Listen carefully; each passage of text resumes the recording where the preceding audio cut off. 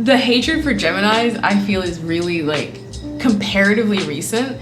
I remember it sort of kicking in around like 2010 or so, like something like that. Because I remember my brother, like previously, he was always like, you're a Scorpio, I'm a Gemini. And then around that time, he's like, why is everyone always telling me I'm a child of the devil? Yeah, I also had some bad run-ins with some Geminis around that time, like 2012-ish. Yeah. And I was like, girls, they've been hitting on me, like, they be blowing up my phone and lying in my face and running around with my feelings, and then I go to, like, talk to them about it, and they're like, oh, that doesn't mean anything to me. Block. And I'm like, I'm not gonna call them devil children, that's not my stance. But at the time, like over a decade ago, I definitely wasn't having great experiences then. All right. How are we doing, y'all? So I got Lavender here. I'm gonna ask her a few questions before we jump into kind of a conversation I wanted to have with her. So as I mentioned earlier, I'm a Taurus. Love to eat me some greens. Love to take my time moving around, getting things done. But I know a lot of like to react very differently when they learn of your sign. I've definitely firsthand seen some, grasping of the pearls and definitely some freaking out. So you want to talk about some of those experiences and share what your sun sign is? Absolutely. Well, growing up, a lot of people around me knew a little bit about sun sign astrology. It was the 90s. And in Canada, by the way. In Canada. It was the 90s in Toronto. And everyone knew a little about sun sign astrology. And, people would read little, snippets about what each sign was supposed to mean. There were even, restaurants where it would be, on a placemat or something like that, People would find out that I'm a Scorpio and, you're a Scorpio? Aren't they evil? Aren't they sex obsessed? I'm like 6. Yeah. They definitely have a reputation. I mean, truthfully, they're not as bad as Geminis generally get. Generally, people want to be enigmatic and mysterious and sexy and penetrating. The hatred for Geminis, I feel, is really, comparatively recent. I remember it sort of kicking in around, 2010 or so, something like that. Because I remember my brother, previously, he was always like, you're a Scorpio, I'm a Gemini. And then around that time, he's like, why is everyone always telling me I'm a child of the devil? Yeah, I also had some bad run-ins with some Geminis around that time, 2012-ish. Yeah. And I was like, man, and then I was someone who was studying astrology at the time, and I knew a lot more, but when people all kind of have a certain opinion, sometimes you get swept up into it, and I'm like, man, yeah, these Gemini girls, they've been hitting on me, they be blowing up my phone and lying in my face and running around with my feelings, and then I go to talk with them about it, and they're like, oh, that doesn't mean anything to me. Block. And I'm like, I'm not gonna call them devil children, that's not my stance. But at the time, over a decade ago, I definitely wasn't having great experiences then. Yeah, I definitely leaned into that joke just because it pissed my brother off. I knew better. It was just funny. Definite bratty the younger sister vibes, but definite evil Scorpio vibes. Oh Yeah. I don't know how I'm still alive, y'all. Just make sure. Evil, vengeful Scorpio. If I ever call for help. Yeah, it'll be the jokes that get him, So, okay, let's jump back into our topic here. I had something I wanted to kind of think through the astrological lens of, so to speak. Because we discuss psychology, pop media culture, media analysis, and astrology. Recently, I want to say in the summer, we watched Daria. And the Morgendorffer family is such an interesting family from an astrological perspective. So let me break this down and how I'm going to explain it and talk through this and get some of Lavender's opinions and thoughts as well. So talking about sun signs, that's one important piece of a larger puzzle. The Morgendorffer family is what I would consider very Martian, under the ruling planet of Mars. Now, if we were to look at someone's chart, or even your chart in particular, everyone's got a Mars placement. Not me. Hers is in Scorpio too, so I'm equally in trouble. Mine is in Aries. I'm in trouble. So the relevance of this is obviously, you know, the different sign a planet is in, it kind of changes the frequency, the mode, the vibe of its expression. It'll still always be representing things like group dynamics, sometimes sexuality and desire, other times hierarchy. Oh yeah, absolutely. How we navigate conflict, feelings of justice and self-respect, also of honor. I like to really lean into that. And so when we and the opposite, shame. Oof, yeah, and like what is the word? Diminishment, disregard, degradation, right? These are the parts of the mind when we discuss astrology that is quote unquote ruled by the planet Mars. Another way to phrase this is when we talk about Mars, we're talking about things like that. So let's discuss the Morgendorffers. Say that 10 times fast. So I'm not going to rehash the show here. Honestly, it's really old at this point. If you haven't seen it, you can find it on the internet. It's 20 years old. Oh God, it's 20. It's so old. It's 20 years old. So I'm going to talk about the characters. Now, as much as I would love to start with Daria, I'm going to push her a bit toward the end. Keep you listening. I'd like to start with Helen. I'm going to start with the parents. So Helen is basically what I like to call a proto-CEO. Now, it's important in the show that she is never actually the CEO. She's a senior partner at a law firm, to my recollection. Is that accurate? I think so. I think she makes partner early in the show, if I remember correctly, or something like that. I can't really remember, to be honest. Yeah. So with Helen, we have a very interesting character and personality. A lot of the show is basically a discussion of kind of like political history in the backdrop of this like nuclear American family of like the 90s and kind of even early 2000s. Mm-hmm. And so knowing that Helen and Jake, her husband, were both people who were part of like, they're kind of hippy-dippy, they're kind of on the later end of the American sexual revolution, like in the 60s and 70s, petering off. It's important that we see them and we watch them become what, you know, punks of the time would call sellouts.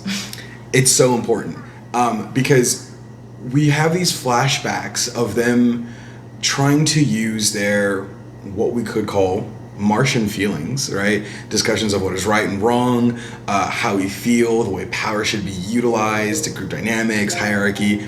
It used to be in the streets fighting for what they saw was like revolutionary in some ways. And then we meet them, you know, like what, 10, 15, 20 years later about? Yeah, something like that. And it seems like the thing that changed them was, well, Daria. Like getting pregnant, having a kid, and then the way that kind of puts one back into the system. Now, I'm not going to judge that. I don't really care. That's not super important to me, but it's important for Helen and Jake. Helen has always been very clearly intelligent, personally ambitious, and also we watch her have kinds of anger issues. She is very restrained. She knows how to kind of focus all that energy to accomplish goals and tasks. And when she doesn't have something she's working toward, boom, kind of flies out. I've noted here in my little notes that I took here that she is kind of the only parent in the household. And it's relevant because when we started to discuss the group dynamics, she's a senior law firm. So she is above so many people in the company that she works for on a daily basis. She's always on the phone with someone who is basically at her level. And she is so focused on him in the early season that we really don't watch her have much of a marriage with Jake. And so when we start talking about what is honored, we find that she went from being kind of like a revolutionary to a high-powered career woman. She is also the only parent, and so we've kind of seen tropes of this in the past in some media where the 90s and its ideas of feminism were very much women can do it all and then some and still look great doing it. And that puts us in this kind of period of time where we're still looking at how American values very much prioritized success as a form of winning as an extension of ambition, and that the good life, the right life, is one that one has to fight for higher ground all the time.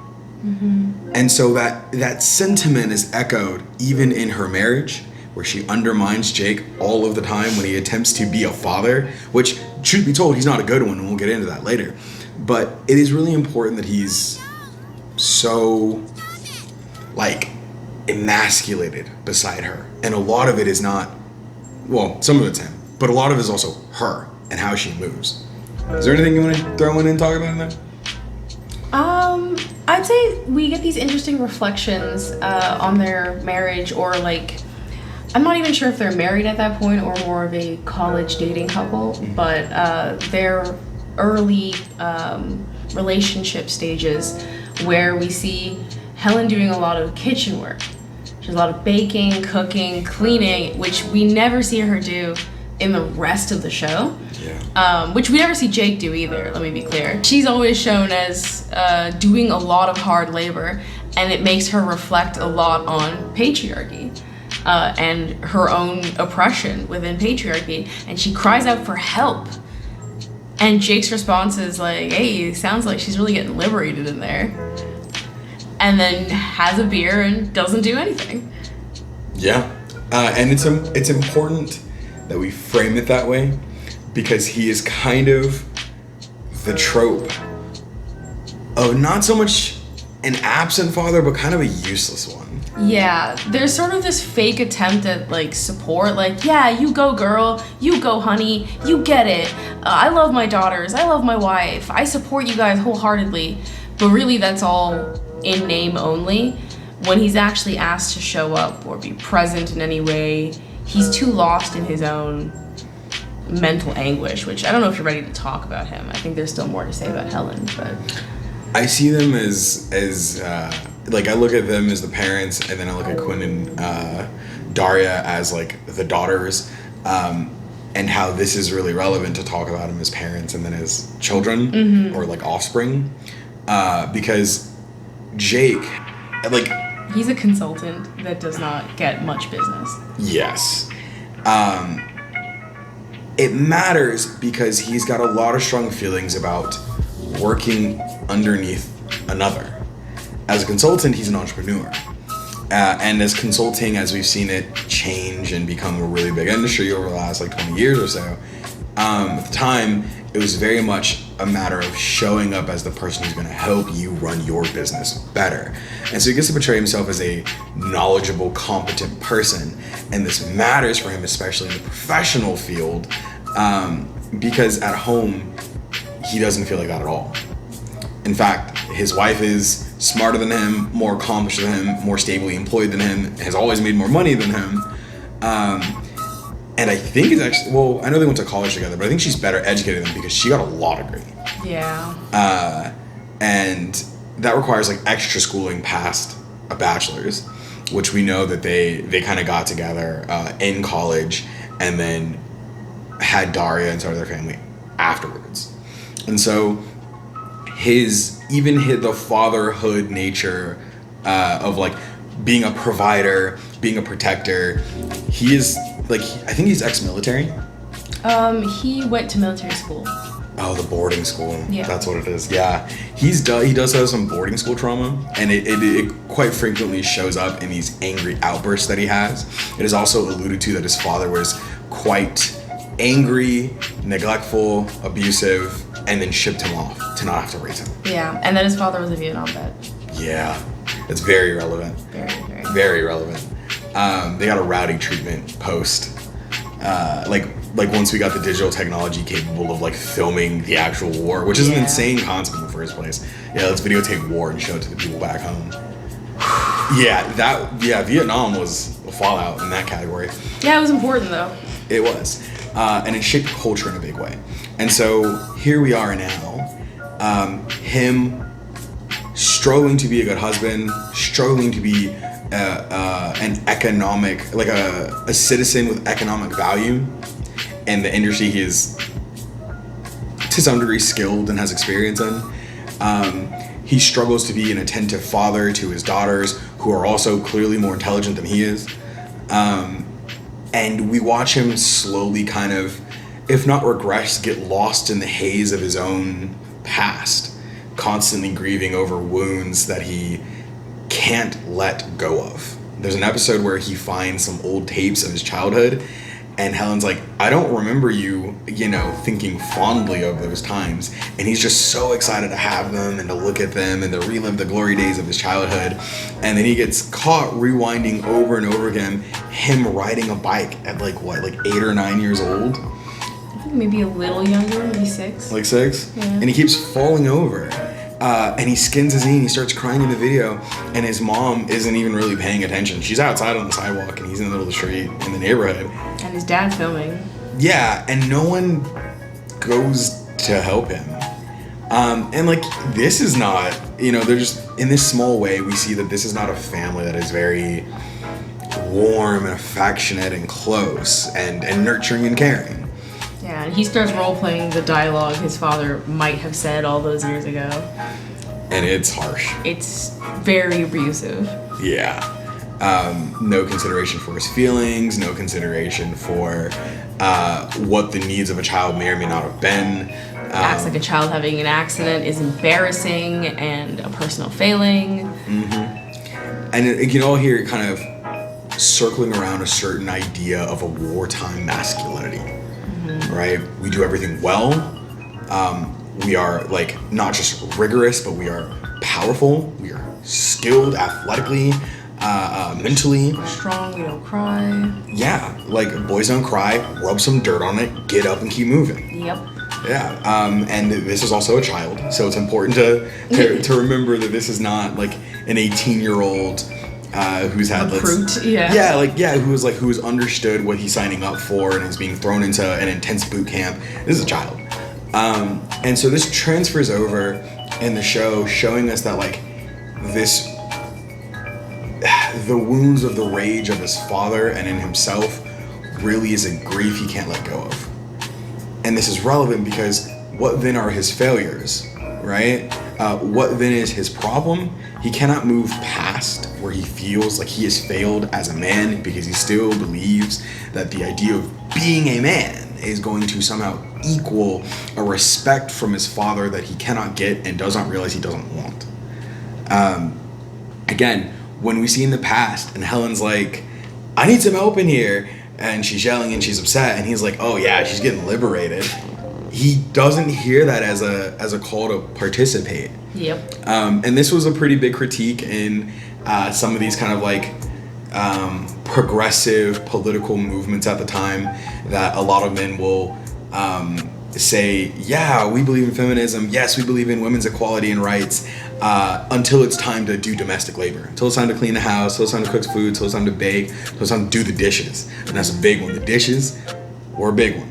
Even to this day, there's a lot of places where people fight over it. Like people who are roommates, or in like revolutionary movements, or even as like large families.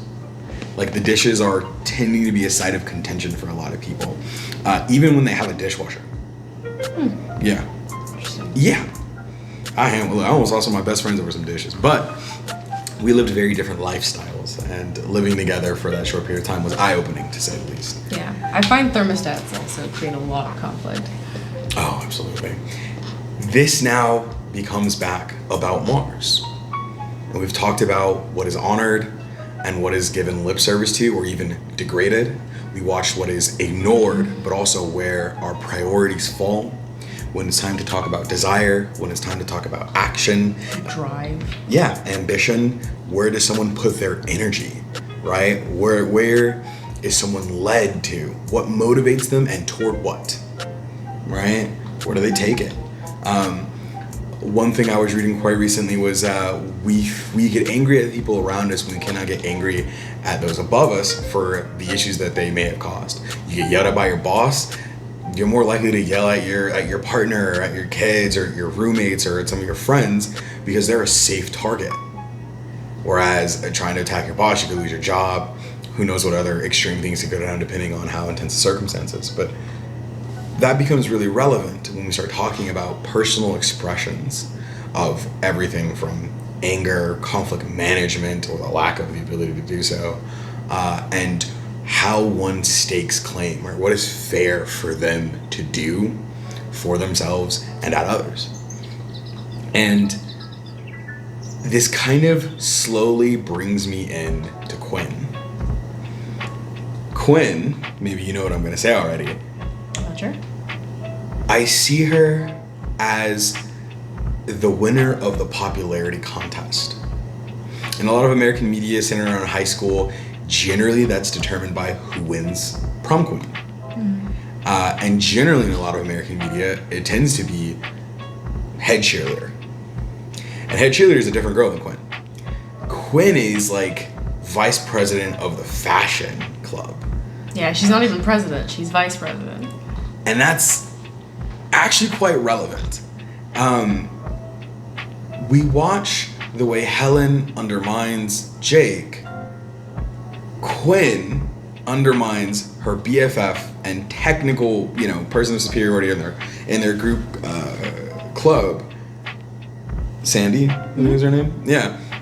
And so Sandy is always the one who jockeys for position. She wants to be the president, she wants to set the tone, she wants to determine the rules, and she expects everyone else to follow them.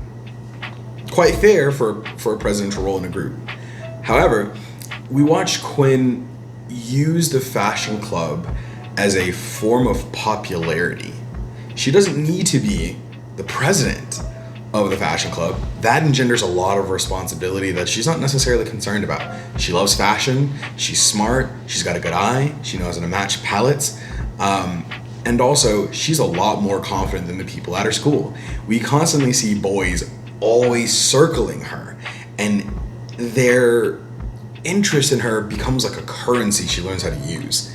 She frequently mixes up boys' names who are always showing up in groups, who are always begging at the chance to go on a date for her, as she uses them and kind of throws them away.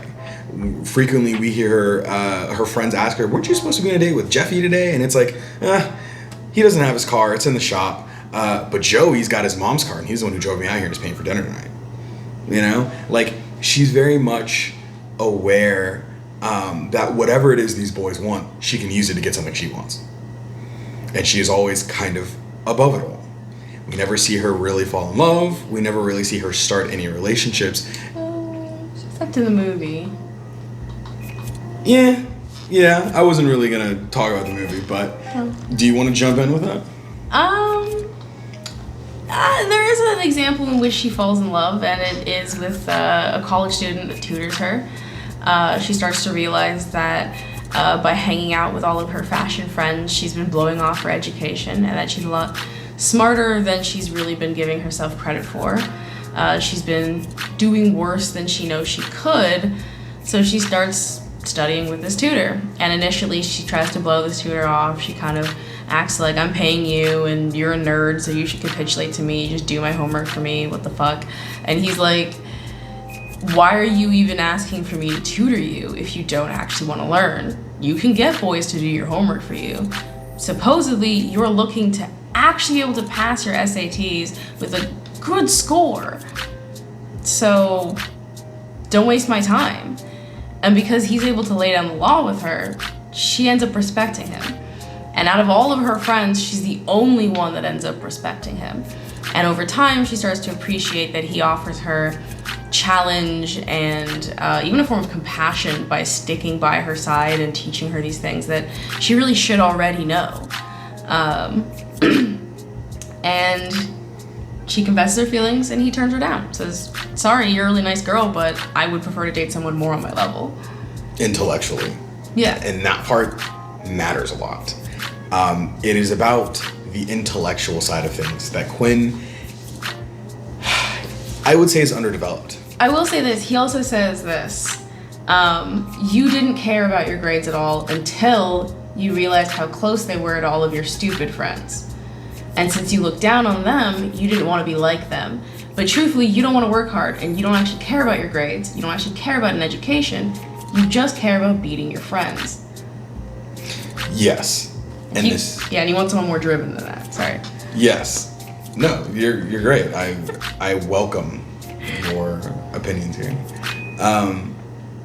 This is relevant. All of this is very relevant because when we look back at Quinn, when we look back at her being head of the fashion club, even there's an episode where she goes and she finds herself at a college party while still being like a sophomore in high school, or either a sophomore or a freshman. Yeah, I'm not sure. Very early on, and they worship her and they love her to death. She commands power. She has a presence, and all this matters because at the end of the day, Helen, super intelligent, super accomplished, and what we keep seeing the show contrasts Quinn with his Daria, who's also very intelligent, not very concerned about putting a lot of effort into her looks, not trying to dress in fashion or in style, doesn't wear makeup, has very nerdy looking glasses. Also is not very ambitious. Exactly, but is so smart, she can't not use it. Even when it gets her in trouble to speak her mind, even when she feels like even when she alienates everyone around her by thinking she is smarter than them and demonstrating it so, even when it causes her social problems, she can't turn that brain of hers off to the degree they call her a brain. Someone too smart for their own good that they miss sometimes a lot of the more important details that are not about the facts and figures of book learning and education. And also doesn't know how to have fun. That's very important too. Yeah. Quite literally can't see the roses. But before I jump into Daria too much, to go back to Quinn has an episode where she kind of hints that she has been insecure about her intellectual capacities in comparison to Daria. Everyone knows that Daria is smart. Daria is probably one of the smartest people in the entire school, smarter than half of her teachers. But that creates just as much as a gap in Quinn's insecurities because she did not prioritize learning, because she felt like she could not compete, she prioritized what she could be good at. And it didn't require athletic activity. It didn't require extensive book learning, studying, and acquiring knowledge. All it required her to do was to be physically pretty, which she already was, and to learn and mix and match clothes for particular effects. But we do find that she's actually very well studied. It's just nothing that you would ever get tested on in school. She's very well studied about skincare. She's very well studied, to the point of dropping the name of chemical acids. Just, on the fly, off of the top of her head. She carries these things in her bags and knows exactly what they're for, how to use them, and in what percentage and what order. We find that she's very knowledgeable about trends, fashions, fabrics, and colors. Yes. She spends hours reading magazines and even learns how to make her own website so that she can talk about her fashion opinions and sell her clothing, I think, if I remember correctly. So, yes. So we do find that she's actually... Oh, she's very intelligent. Not just intelligent, but studied. It's just that she won't study anything that Daria will study. She also won't study what she is asked to do that she doesn't have a personal interest in, to the degree that she will use boys to do homework for her, as we've mentioned already. And this part is relevant because we are now looking at her greatest insecurity. And this becomes really relevant when we talk about Mars, when we talk about where one fits in the group dynamics, in a group hierarchy. She feels like she is, obviously everyone feels like they're above the father, but she still feels like she's below all the other women in her family. And in order to not be emotionally or even psychologically crushed by being in the position that she's in, she kind of plays it off as though she couldn't care less. Or, you know what, you have your thing and I have my thing. And that's really more of I would say that's like more of an insecurity that she uses as a way to create some distance so her pride is not hurt too much. Because she is beautiful, and she's so beautiful that people routinely look at Daria and look at her and they're like, well, Quinn says you're not related, so I believe you're not related. Like, Daria is called Quinn's cousin. Yeah, and that girl that lives in her house. Yeah, like no one refers to her as sisters other than Jane, who is Daria's best friend, and a few other of the characters who know that they are blood siblings. And so this really begins, we see Quinn's development as she, you know, in this movie, she's trying to learn to do better. It's not just because she wants the attention of this older boy, it's because she's finally feeling like she has the capacity to move past, like, what she fears her intelligence would have left her at if she is not as smart as Daria or as smart as her mother. Mm-hmm. You know what I mean? And that matters.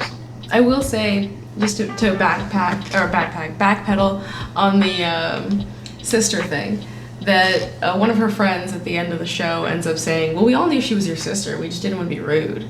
Like, you kept saying she wasn't your sister, so, like, you know, we all have a family member we're ashamed of. Yeah. This is also true. I guess spoilers if you if you haven't seen the 20-year-old show. Right. But yeah, I think part of her growth arc as well is acknowledging the loyalty of her friends. Like, there is the entire arc between her and Sandy where Sandy becomes too sick, or I think she sprains her ankle and then she gains a lot of weight, and she previously made a rule that fashion club members, a very fat-phobic rule, that fashion club members had to be of a certain body type. And so she disqualified herself. And Quinn automatically became president, but she ends up saying, like, no, unless Sandy can be in the club, I'm not going to become president. And ends up helping Sandy lose all of the weight. And the entire time, Sandy is having these nightmares that Quinn is going to poison her or kill her. Backstab her in some way. Yeah, commit some kind of coup, you know? But it never happens. And even Quinn thinks about it, she fantasizes about it a bit, because truthfully they have a very contentious friendship. But she wants to believe in the concept of female friendship more than she wants actual power over this group. And the other two members end up falling apart without the two of them, so they happily accept them back in. And at the end of the show, when the club does eventually dissolve, again, spoilers, 20-year-old show, they all kind of realize the hierarchy was, like, I don't want to say in their heads, but it was artificial, unnecessary, and would have flowed naturally anyway without the, like, structure of the club. Mm-hmm. Yeah, they didn't need this to be able to be friends with each other.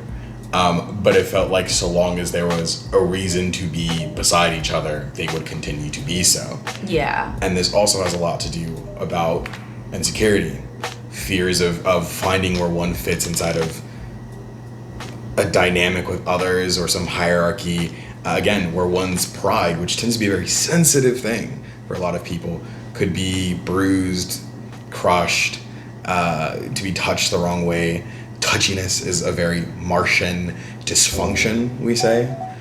So is moodiness. Mm-hmm. And so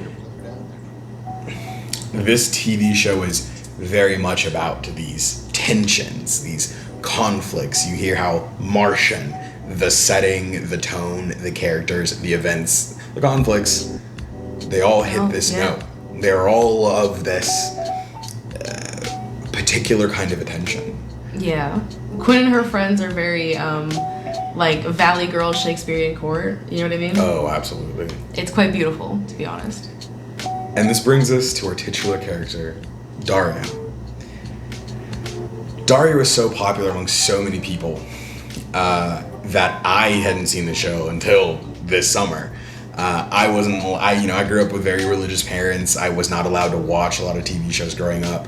I have, to this day, never seen all of the Harry Potter movies or read any of the Harry Potter books. And that was because my parents were like, bad, no witchcraft. I'm an astrologer now, hilariously enough. But I say this to say, I saw Daria impact, like, some subcultural spaces that I was navigating in, you know, when I was in high school and a little bit into college, and then watching how it even shapes younger generations' fashion, seeing it show up in other forms of media, like those super round glasses that Daria has. If you've ever seen Owl House, who's the witch with the two dads? Oh, Willow? Yeah, Willow, she has those same glasses. They are stylized different because it's a different animation style and a different illustrator, but it captures that same vibe of very studious, very nerdy, even to the degree of not like being socially awkward, not having the skills to be able to easily make friends, or maybe even wanting to use their intellect as a distance from other people for whatever reason.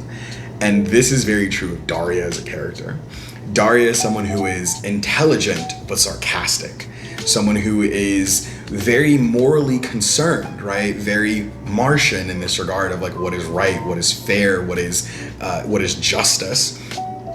To the degree that she's always battling with her teachers, but in this very dry, sardonic way. She is the epitome of the both like post-World War II like French communist vibe and French socialist vibe of ironic detachment that was also very big in like the late 80s and 90s and early 2000s of American like subcultures, like punk, even to some degree like metal had these feelings with it. There's always this whole bit of like, why should I listen to you? Just because you're my teacher? Like, school is for chumps, because you get miseducated here, right? And so her character, while very intellectual, very intelligent, very sharp, she is not a kind person. In fact, half the time her jokes go over everyone's head around her, that sometimes it seems like she's saying them as a form of intellectual dominance. Now, I don't want to attribute that too much to her character, but it is events that keep happening. There's a lot of times, like for instance, when she's interacting with Brittany, and she's trying to explain something, Brittany's like, I don't get it. Or seems to be played in a way that it just goes right over her head, and she starts talking about what we would have considered shallow back in the day in comparison to something like Daria. Being concerned with cheerleading and pom-poms and cute boys and dating the football, like the captain of the football team, despite the fact that he's kind of an asshole. Like, all of these things are very concerning for someone like Brittany, the head cheerleader. And Daria looks at that and says, this is so dumb. Why do I waste my time thinking about any of these things? This is so stupid. But she does talk to her and help her, doesn't she? Yes, she does. And this matters. It does. Daria's growth point, and not so much in the show, but personally what I think about this character is that her self-righteousness comes for her intelligence, which also ultimately stems from her desire to see that which is right take place and wanting to be an agent in it, and feeling way too Kurt Cobainian about the fact that they have already lost the war they wish they could have won. What does Kurt Cobainian mean in this context? Kurt Cobainian in this context is kind of referencing how Mark Fisher talks a lot about this. The idea that the best place to host a protest, especially against MTV, is to air that on MTV, right? And this is relevant because we're talking about a figure who had a really big cultural impact on music, Kurt Cobain in the 90s with Nirvana, who already kind of seemed to understand that who he was, the rawness of his music, why he would even record and put it out and perform in the first place, would be missed by the people who paid attention to his music. Not everyone, but a majority of them.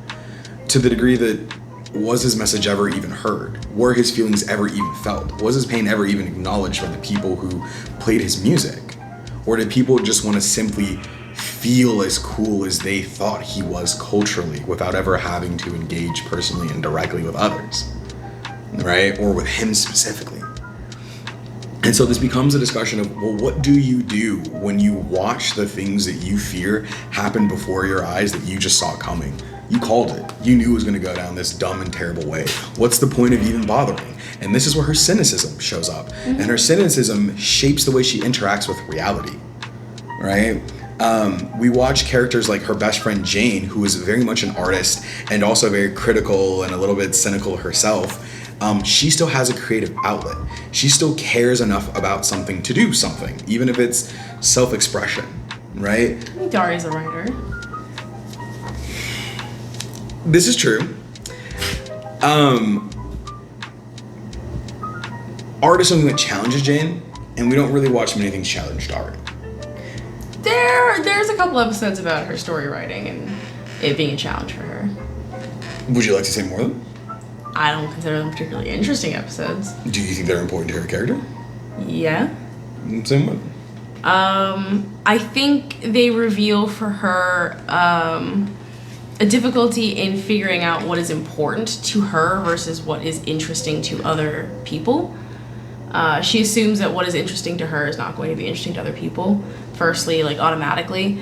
And secondly, she looks to legitimize her work rather than expressing from the heart. You know, like, what would be the proper story to tell, or what would be the literary style of doing this, as opposed to, like, what do I actually think and feel? What do I actually want to talk about? What do I care about? Yeah, you actually bring up something important. In the whole, she assumes that no one else will think the things that she thinks are interesting the way she does. And this is also about that touchiness, that pride.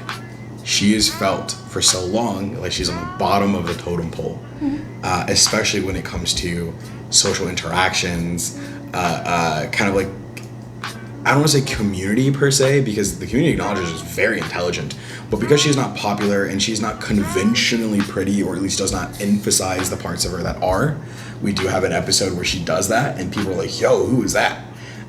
She even gives Quinn a run for her money in her own level of confidence of being prettier than Daria in this one episode. And we watch how Daria, similar to Quinn in other episodes, like if she needs to use her intelligence, she's quite intelligent and she has to hide that. And Daria, she's quite beautiful, and she chooses to not like center that, to not even express it, to almost intentionally put it back. I mean, I do think it is intentional. And so being at the bottom of the totem pole socially makes one want to protect themselves, make them not feel so, well, an easy target to be hurt in ways that could make them sensitive and feel a lot of pain emotionally and psychologically and pull away. And so while this is a very normal behavior to do, we do watch it kind of intercede in a lot of her experiences. Quite literally, like, people overlook her all the time for Quinn. People who, when they don't remember her name, they'll be like, oh, you're Quinn's cousin or something.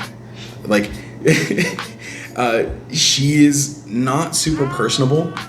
She doesn't really take that much of an interest in other people's interests, though we do watch that change over the course of the show. She is a person who will not open up, but ironically has been praised for being above her classmates in her levels of intelligence and schoolwork, but below them in their own eyes when it comes to making friends, interacting with others, having cultural popularity. Yeah, being fun. Yeah, she's not a fun character. Her cynicism is an important thing to have challenged throughout the show, especially by her best friend, Jane. Yeah. Also, truthfully, we do see people approach her seeking empathy. We see people approach her seeking knowledge. So it's not that they don't trust her. It's not that she's not nice to them even.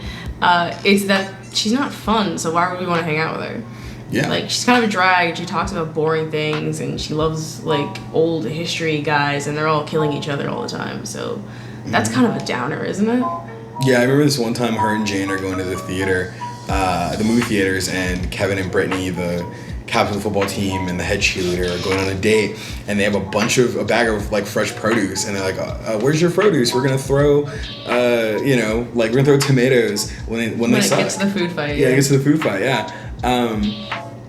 And Daria's like, oh, we're here to see this old Russian movies from the 1930s. Yeah, this is the Food in Film Festival, not the Food Fight Festival. Yeah. And they look at each other and they say, wait, Russian? Oh no, subtitles. And they throw her the bag of produce and they sprint out of there. And so I don't blame her for feeling like, yeah, no one's going to be interested in the things I'm interested in. The two most popular people in our town from our school think I'm a loser and a nerd for being into this stuff.